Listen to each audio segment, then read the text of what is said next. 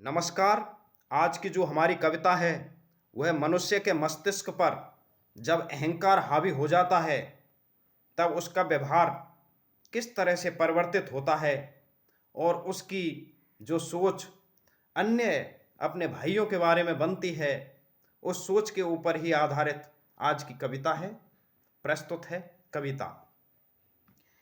मैं तुम्हें अपनी विद्वता का एहसास कराता रहूं, मैं तुम्हें अपनी विद्वता का एहसास कराता रहूं और सिर्फ मैं को सुनाता रहूं।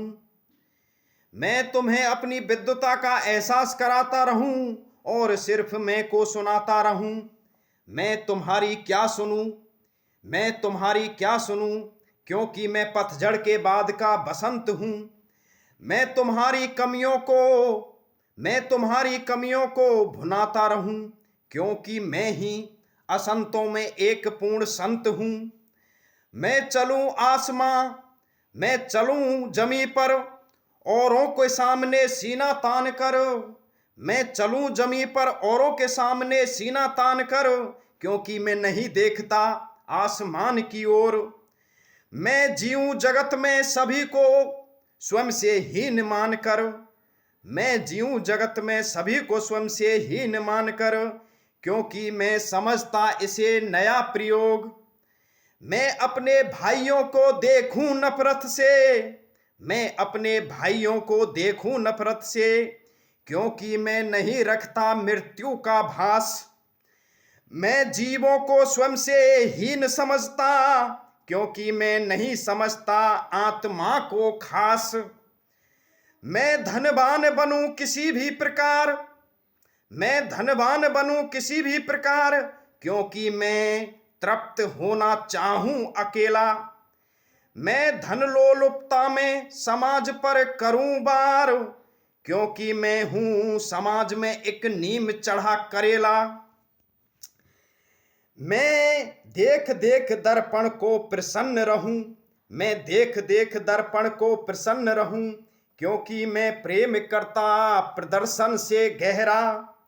मैं इस देह संरचना को अद्वितीय कहूं, मैं इस देह संरचना को अद्वितीय कहूं, क्योंकि मैं नहीं समझ पाया आत्मा का चेहरा।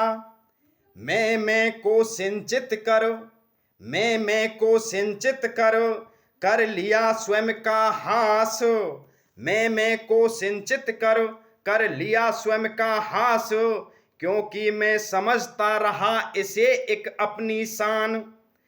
मैंने रोक लिया, मैंने रोक लिया स्वयं का विकास, क्योंकि मैं नहीं सीख सका स्वयं की पहचान।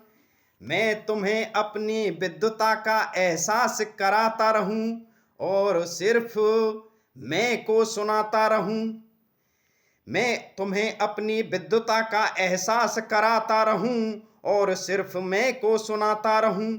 मैं तुम्हारी क्या सुनूं, क्योंकि मैं पतझड़ के बाद का बसंत हूं। मैं पतझड़ के बाद का बसंत हूं। मैं ही एक पूर्ण संत हूं। मैं ही करता नया प्रयोग हूं। नमस्कार, नमस्कार, नमस्कार।